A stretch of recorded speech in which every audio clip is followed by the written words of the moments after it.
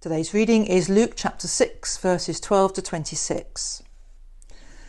The blessed sayings, or beatitudes, are followed in Luke by the woes, their opposites. The theme running strongly through is about reversal of our usual human attitudes or assumptions.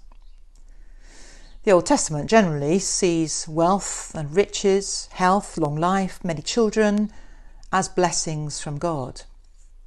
Occasionally, as in the book of Job, there is recognition that reality doesn't really fit this all the time. And in the Gospels we find this strong theme of reversal, almost a pattern of God's working by turning things upside down. Rather like Mary's song in Luke chapter 1, which we call the Magnificat, "My soul magnifies the Lord."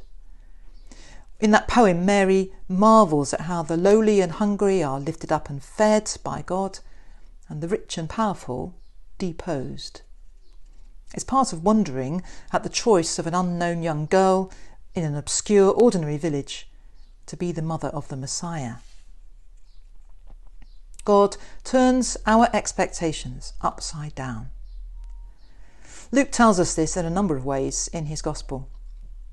No one expected the Messiah to be a carpenter from Nazareth. No one thought the Son of God would be put to death in a cruel and humiliating way. No one dreamt that having died, he would rise from the dead. No one could have anticipated that those early rumours of resurrection would grow into the worldwide church of today. What was Jesus offering the poor who were listening to him that day? "For yours is the kingdom of heaven," he said. What did the hungry hope for? "For you will be filled," he said. Was this kingdom of heaven what we rudely call pie in the sky when you die? I don't think they would have followed him for that. He was offering them something here and now, but perhaps not what they thought. Full bellies for the rest of their lives would be what at least some of them were after. The kingdom of heaven, he said elsewhere, is within you. It's among you and between you. The kingdom of heaven is something that we and God create between ourselves when we act, we behave like it is here. We live the kingdom out and it lives. It comes into existence as we behave and live like citizens of the kingdom, children of the resurrection, Easter people. When we hunger and thirst for the living God, he will feed us and fill us with his Spirit and enable us to live in that way.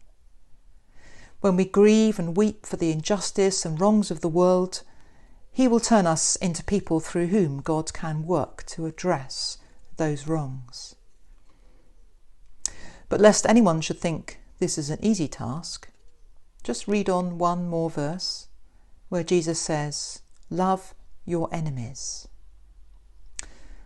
There's a reversal of our usual expectations to shake us to the core. Never underestimate the challenge of living in the kingdom of heaven.